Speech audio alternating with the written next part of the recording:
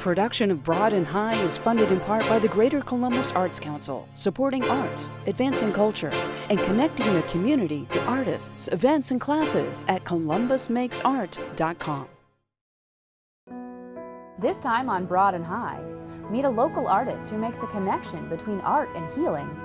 Discover a Reno, Nevada artist who creates colorful humanistic paintings.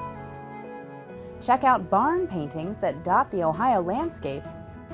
And learn about spirit-inspired furniture making. This and more right now on Broad and High.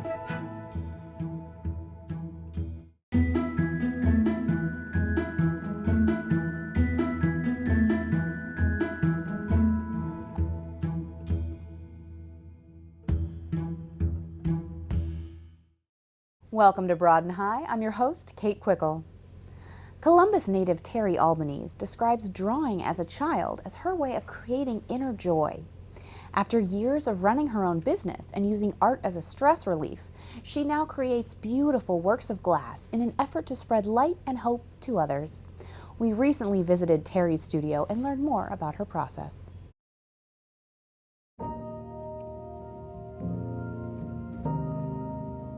I describe my work as painting with glass.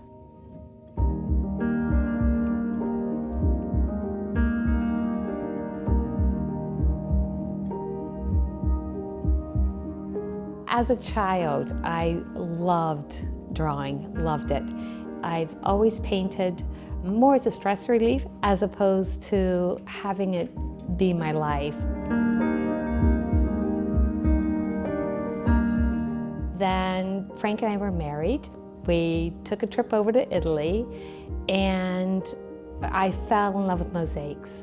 We just finished a wine tasting and the sun was shining. It was just a glorious fall afternoon. So we're walking down the street of Multicolored and I looked up and maybe about 10 or 12 feet above the ground was this mosaic sign in front of a boutique hotel. And the sun hit the gold, hit my eye, and it was just like this light. And I thought, oh my gosh, I've got to do something with this. I've got to do something with this. When I illustrate on the diagonal. So then what I started to do was to take sheets of glass, cut long, thin strips, set them on the diagonal that then would emulate my illustration style. And that, I mean, it just all clicked at that point.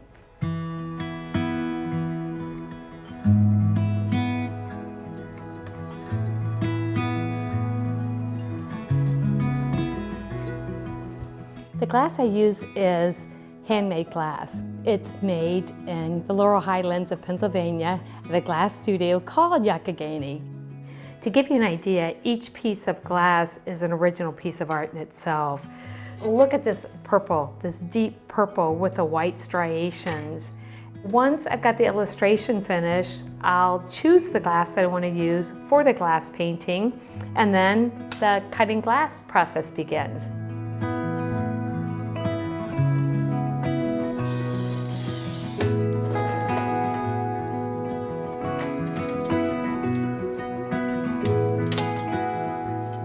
So glass has been cut. I now have my palette, and as I build piece upon piece,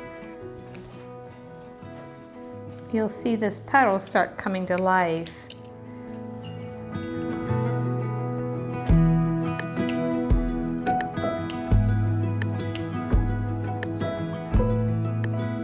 Although mosaic's at the basis of it, it's still a true, unique art form for me. The technique and the style, no one else is doing it. I butt joint the pieces because to me, grout stops your eye. You may not realize it, but it's almost like a period at the end of a sentence, and I didn't want that. I wanted to be able to paint with glass, and that flow comes from being able to butt joint the pieces so you don't have that visual separation from piece to piece.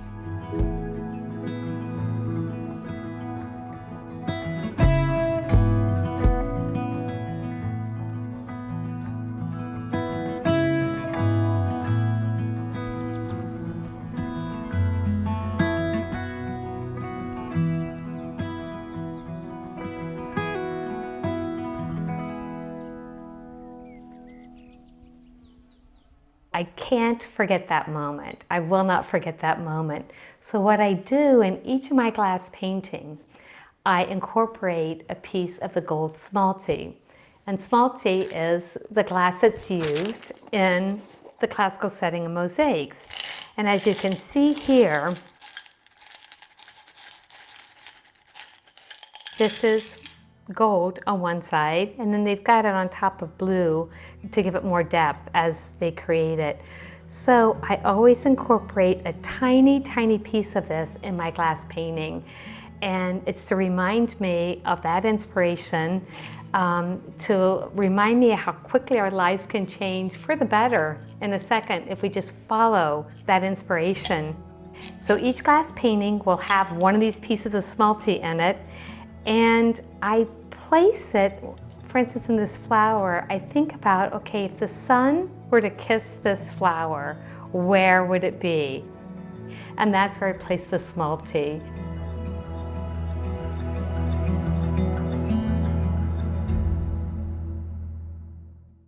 I'm often asked who inspires me as an artist. And when I think of the masters, for instance, I think of Renoir. I mean, it goes back years ago when I was studying at CCAD.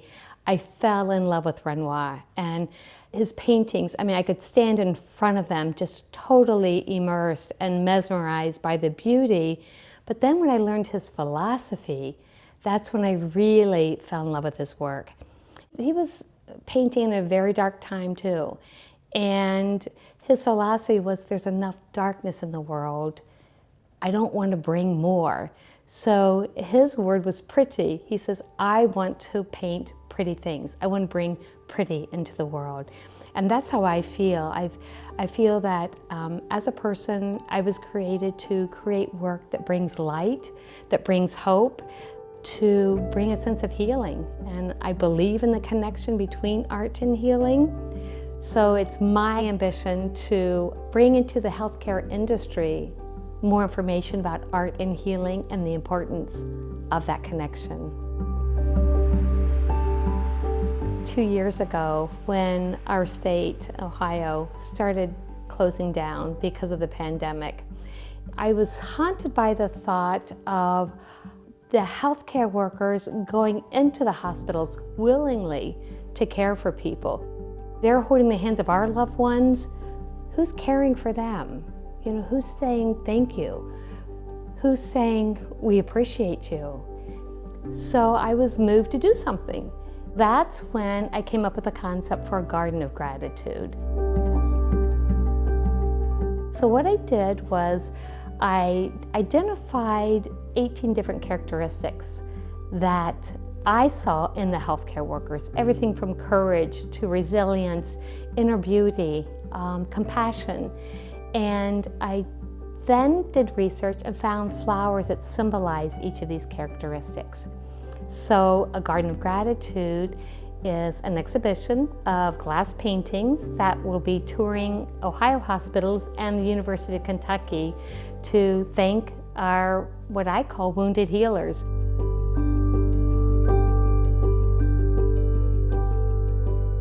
When I see my work resonate with somebody, I'm moved and I know I'm doing what I'm supposed to be doing.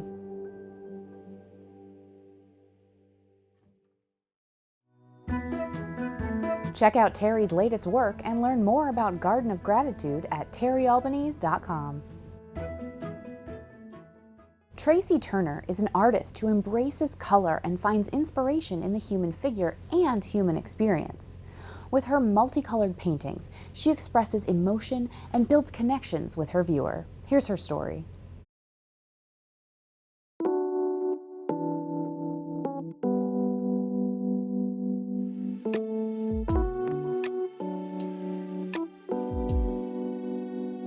My artwork is humanistic, it's colorful. I almost exclusively work in oil. I do frequently bring in metallic elements to my work, like gold leaf and origami paper, to add an extra color or texture element. I like the expressive qualities of color. Since a lot of my work is so humanistic, it's important to me to try to communicate certain things through color. I think it was the portraiture aspect that attracted me to it, because it seemed like infinite possibilities, because everyone looks different, different lineages, different colors to pull from, different expressions that really hit home for me.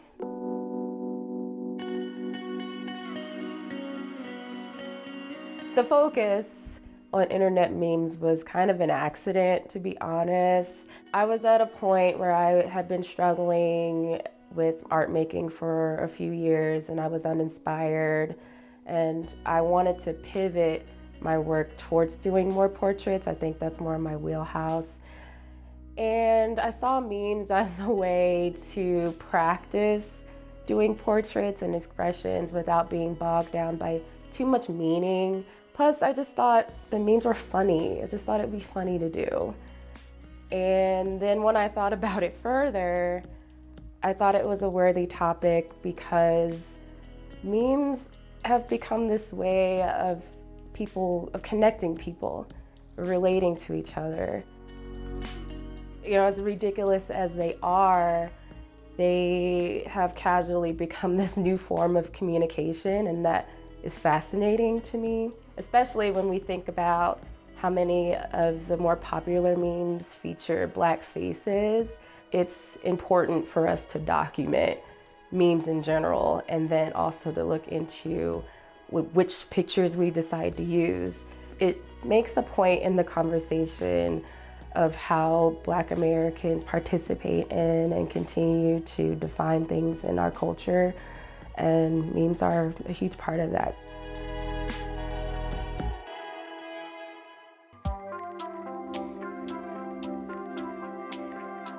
I'm inspired by the human figure and the human experience. I will try to, in words, articulate what that idea is coming from, why I want to paint something like that or make a series. For my personal work, I won't really paint something if I can't explain why I'm doing it to somebody. That's really important to me. I don't like the whole, oh, I did it because I felt like it. Well, why do you feel like it? That's really important for me to be able to explain to somebody.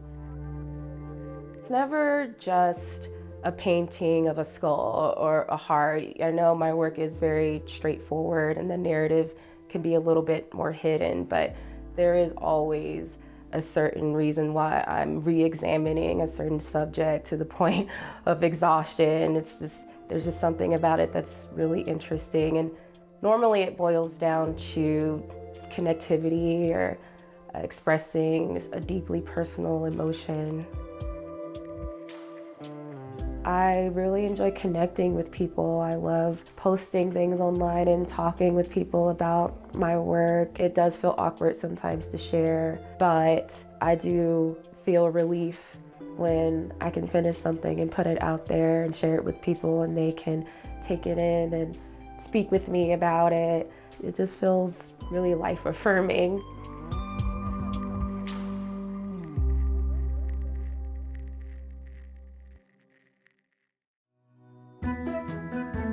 Discover more of Traci's amazing paintings at tracilturner.com.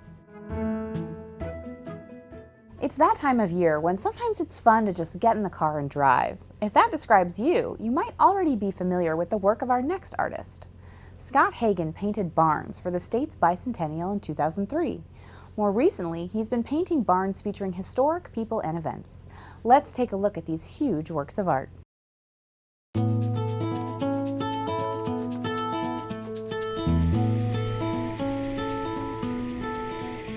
We're in Xenia, Ohio, which is in Greene County, and today we are working on one of our Ohio history barn murals.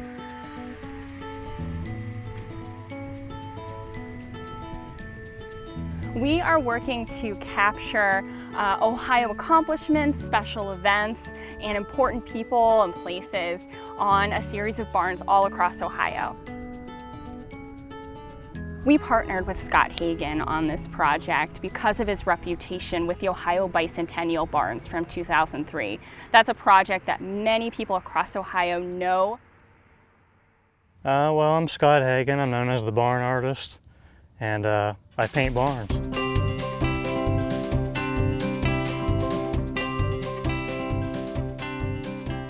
So anything on a large scale is kind of what I'm known for, and on unusual surfaces. So barns, silos, buildings. A big thing I'm doing a lot of is gymnasiums for schools. Tecumseh has long been associated with the Greene County, Ohio area. And since Tecumseh was born in this area, just over here on 68 at Old Town, I guess that's why they wanted to put Tecumseh's picture in the area. And why they picked our barn, I have no idea, but we said, sure, why not? This is among a series of barns that we've painted across the state. We will just drive through counties all over Ohio and try to find barns that are close to a highway or close to a road that's heavily trafficked, where people will be able to see these barns up close, and they'll be very easily approachable and accessible for people. And so we thought this was a perfect barn, and we're so grateful that the Fergusons were open to partnering with us on this.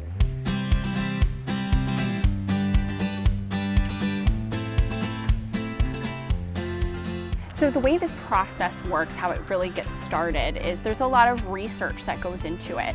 We want to pick an image or a photo or a portrait that's going to be the most historically accurate. So we do the research, and then we work with graphic designer David Browning to come up with a concept or a design, and then Scott Hagen will utilize that design for his larger mural.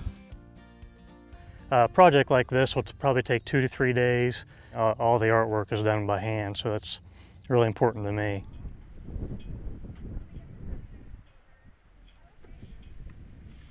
We wanted to honor the Eastern Shawnee tribe and the Shawnee tribe with this mural. We know that Ohio has a very rich American Indian history, but in the 19th century, a lot of the tribes that were native to Ohio were forcibly removed. Well, Tecumseh is best known as a Shawnee war leader, and he is most famous for creating a coalition of tribes in the Northwest Territory to combat against the white settlers in the region. So no photographs of Tecumseh exist today, so we relied on portraits that were done of him in the early 19th century. The one that we'll see on the side of the barn actually comes from the Chicago Field Museum. We always grew up knowing him as Tecumseh, and that's really the way that English speakers came to know him. But if you were to listen to someone from the Shawnee tribe say his name, it would have been pronounced Tecumseh. You'll see above his name on the barn a panther surrounded by a series of stars. And the panther is actually from the Eastern Shawnee tribe's seal, and the stars is from the Shawnee tribe's seal. Our mission is to spark discovery of Ohio stories, and within the Ohio History Barn Project, it is really a perfect encapsulation of that. The idea is that when you drive by or you walk by and you see this barn, it will inspire you to discover a little bit more about your own community, the history that's important to you, and to have pride in where you come from. And so that's what we hope these barns provide to all Ohioans. You can keep up with all of Scott's latest projects by following him on Instagram under the handle The Barn Artist. For Darrell Lambert in Detroit, Michigan, his business is truly a family affair. Motor City Barrels creates unique, handcrafted art pieces out of old whiskey and wine barrels. Let's find out how it's done.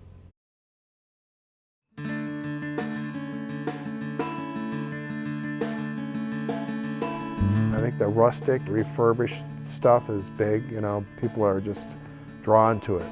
A lot of people like the look of it, the darkness, it just kind of like pops. I think it's a novelty. There actually is a younger generation. I've noticed over the past 10, 12 years that they've gotten into like the bourbon and scotch and whiskey, and they've gotten away from like Bud Lights and Budweisers. So I think that's a lot of the customers we get. I was always good with my hands. I mean, attention to detail, that's, a lot of people tell me that. I always put in the extra effort to make it look nice, you know. Rob got married and he had a bourbon bar and a cigar bar. We used the barrels and made tables out of them. Then we didn't know what to do with them, so we started creating different products. And I thought it was going to be a hobby. They're all about recycling and reusable products, and so we started getting into that, and we were the whiskey barrels. That was probably maybe 6 months after we got going. We said, you know, there's something here, and then we were like, wow, this is a functioning business now, and it's just going crazy. Started out just with 2 people. Now it's, you know, 7 people with me and the wife. My nephew and T's married to my niece, you know, so everyone's pretty much a family. Daryl and Nancy have literally been my second parents since I was about 10. Daryl's so creative and cool to be around, and you learn so much. When we started, like, just some of the stuff we were attempting to make, I was like, I don't know how we're gonna do that, because you know, working with wood and things that are square and level and flush and plumb, it's a lot different working with the barrels. Even just getting the right barrel, making sure the bands are lined up. Like some bands, they might be off a ½ inch, and you want it to line up and be uniform. We make a A-frame wine rack, and we take the whiskey and we put wine bottles on it. And then there's bottle openers. We make a stave bottle opener with a magnet that's behind the opener, so when you open your bottle, it sticks. You can't see it, it's buried underneath the wood, but it sticks to the piece of wood when you open your bottle, so kind of creative. You know, people really like that. And we got the half barrel hideaway, and then we got the hallway table, and we have staves with lasered, like bourbon maybe do it on it, and different sayings. The dog dishes, we can make them any size, any height. But if you have a cat, we made some for cats. And then we make a half barrel, quarter barrel for pet toys. And we made dog beds. There's a lot of things, it's never ending. We do wedding barrels with the cards and the slit at the top, and we make a door on the side. And we made a dancing barrel for like Irish dancing, and we put like hardwood tops on the barrels, and they danced on top of the barrels and stuff like that. And we made grape crushing barrels. We make the wine bottles that hold the thing with the glasses fit on, and it's a nice centerpiece, and like a lot of women have been buying those and putting them right in their table. The best part about working with these products is it's one of a kind, handmade, there's no patterns. When you make it, that you made that. And the worst part about it is it's one of a kind, handmade, there's no patterns. You know, so it's a catch-22 there.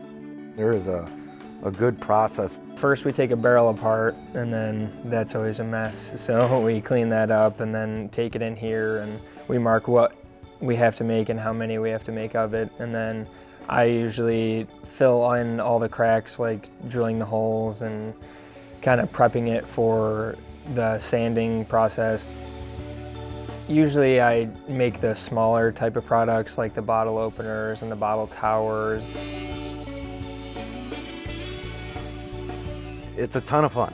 It really is. Like when you get done with it, like no one else has done that, and you take a lot of pride. You walk out of here, sense of fulfillment. It makes it special to make it and see how it goes, and them telling you that it worked out perfectly, and it just makes everyone happy. It's the smiles off the customers. They come in here and go, wow, that's really cool. And that's what I do. I mean, I love to see that. People come in here and praise our work, and they love our stuff, and that's what word of mouth is powerful, you know. Or they'll come to their house and see the dog dish, and they have to have one, so it's going good that way. We have a lot of fun here. It's not always a work thing. There's a lot of laughs, and it's fun to make the products that we make, and the vision that Daryl has for everything, how organized he is. So like just being around those kind of people always make you better anyways. You feel at home, really, and I've known these people like pretty much my whole life, so we all want to make everything as good as it can be. When I'm building stuff, I always think, would I put this in my house? Like, would this go right by my front door? And if it wouldn't, then we'll take it apart and reuse it for something else, or, you know, try to make it better. And so that's kind of my 100% guarantee that the customer will be satisfied with their product. You know, we all kind of look after each other and say, hey, you know, do this, do that, or whatever, trying to make a better product. We got to make it work, you know, because you're trying to support everybody and take care of everybody. So, you know, it's something that drives you because you don't want to fail and, you know, have everybody else fail along with you. So that's the drive right there. It makes me proud to do this, you know. Finally, you know, after doing a job so long, this is like giving me more of an enjoyment.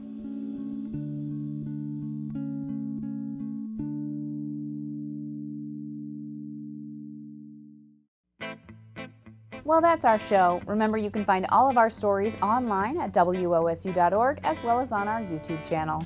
For all of us here at WOSU, I'm Kate Quickle. Thanks for watching.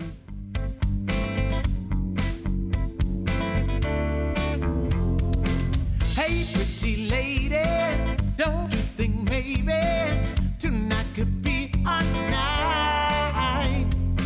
I'll put a suit on, even nice shoes on. Call me and don't think twice. Let's set the mood, babe. Crank some tunes, babe. We can drive around. Nothing to lose, babe. Let's break some rules, babe. We'll watch the sun go down.